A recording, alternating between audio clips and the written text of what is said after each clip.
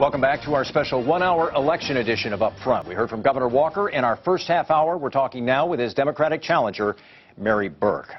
You have said that you'd like to see the state invest more in K-12 education, in the UW-Madison and UW system. How do we do that without raising taxes? Well, first of all, we do have to grow the economy. In the long term, that's going to be really important to making the important investments in education and in infrastructure that are going to assure that our future in Wisconsin is thriving. In the shorter term, when we may not see that same level of growth in the economy, it is about setting priorities. And I believe we have to set education as a priority in Wisconsin. Kindergarten all the way through university. I want to make sure that in Wisconsin we are competing on our skills and the education and training of our workforce. And so it is going to be about prioritizing education in the state budget. But I certainly disagree with some of Governor Walker's decisions that actually have put this state budget in a bad position.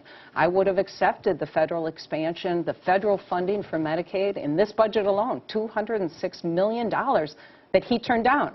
8 other Republican governors accepted that money, along with the majority of governors. It makes fiscally responsible decisions, and he hasn't done that. And so that's one of the budget items right there that would have a big impact. Would you, and I know you've been asked about this, but we'll cover this ground again, would you consider, you've been very critical of the tax cuts that the governor has done in his time in office. Would you consider rolling some of those back, saying, you know what, we don't really need some of those tax cuts? I'm not going to increase taxes on anyone. I do believe so that... you would not? No, I'm not going to roll back any of the tax cuts. But what we have to do, I believe, is that when we do have money to do tax cuts, they should be focused on those that are being squeezed, the middle class, because I think we have given tax cuts under Governor Walker to those at the top and businesses, and they're not creating jobs. If they're not creating jobs, why not get rid of them? Well, I think that I have said I don't believe that we should raise taxes. I want to be competitive with other states to do it. But whenever you look at tax cuts, I think you have to look at whether they generate additional jobs, whether it is money that's going back into our economy. And the fact is, Governor Walker made fiscally irresponsible decisions. He spent money we don't have, and now we are going into the next budget with a $1.8 billion deficit.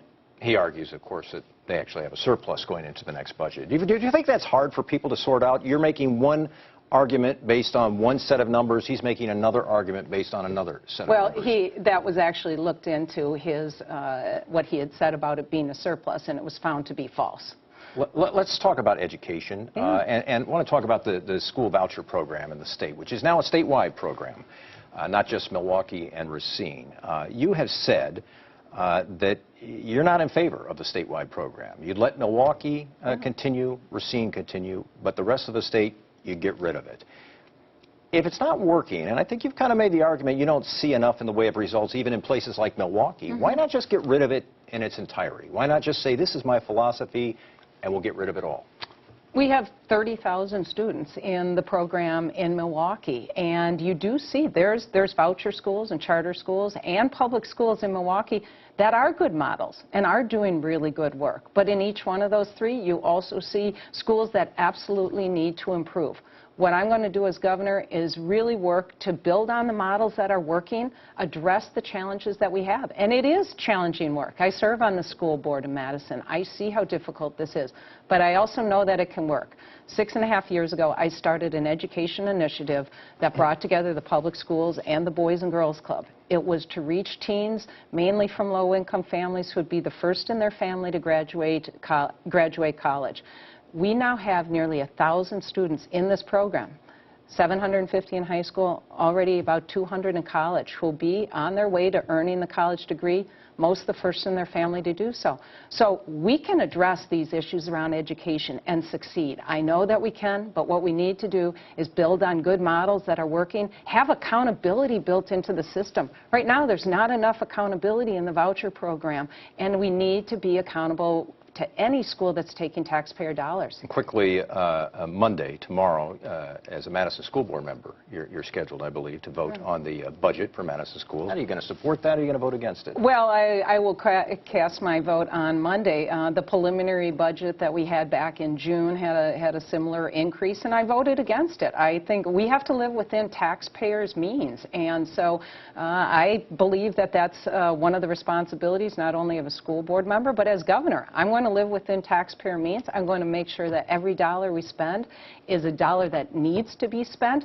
I don't believe that you just can throw money at a problem and it gets solved. We have to have that type of accountability. A quick question about transportation before we go to a break. What do we do about that? How are we going to pay for that in the future? Do you have concrete ideas about the ways we can fund transportation in the state in the years ahead? Well, we have to get all the options out on the table, but then it will take leadership. And what we have seen under Governor Walker is basically kicking the can down the road. He took on an extra $1 billion of debt, along with taking $600 million from other places in the budget just to balance the transportation budget this budget cycle. But what are the options?